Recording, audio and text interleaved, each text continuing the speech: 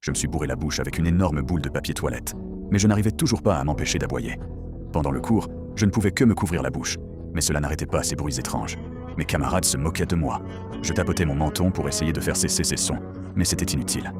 Les autres élèves se mirent même à imiter mes aboiements. Le professeur perdit finalement patience. Il pensait que je faisais cela exprès.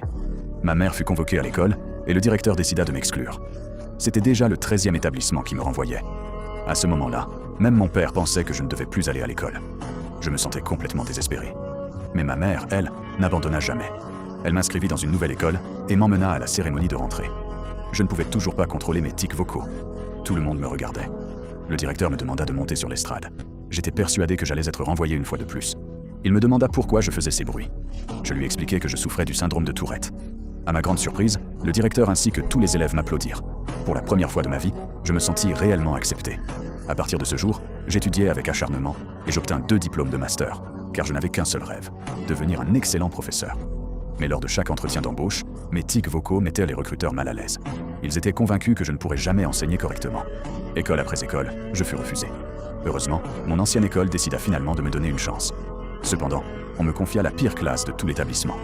Ces élèves n'avaient aucun intérêt pour les études. Pendant les cours, ils se battaient, jouaient aux cartes et mettaient le désordre. Aucun enseignant ne voulait de cette classe. Mais moi, j'acceptais avec plaisir. Le premier jour, je pris mon courage à 2 mains pour me présenter. À peine avais-je commencé que mes tics vocaux réapparurent. Toute la classe éclata de rire, mais cela ne me dérangea pas du tout. Au contraire, je me mis à rire avec eux. Je me mis même à rapper avec toute la classe. Au moment où je pensais qu'ils m'avaient enfin accepté, je m'assis et tombais immédiatement dans l'un de leurs pièges. Ce n'était que le début. Les élèves avaient même caché de la poudre explosive dans un morceau de craie. Lorsque je le pris en main, les étincelles produites par le frottement me firent sursauter.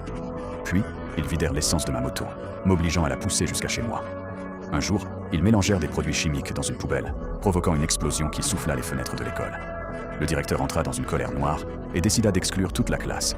Au moment où les élèves commencèrent à paniquer, je m'avançai et déclarai qu'il ne s'agissait que d'une expérience scientifique. Je les ai protégés parce que je savais qu'ils étaient, comme moi autrefois, des enfants rejetés par les autres. Et comme je l'espérais, le lendemain, pour la toute première fois, ces élèves m'acceptèrent sincèrement comme leur professeur.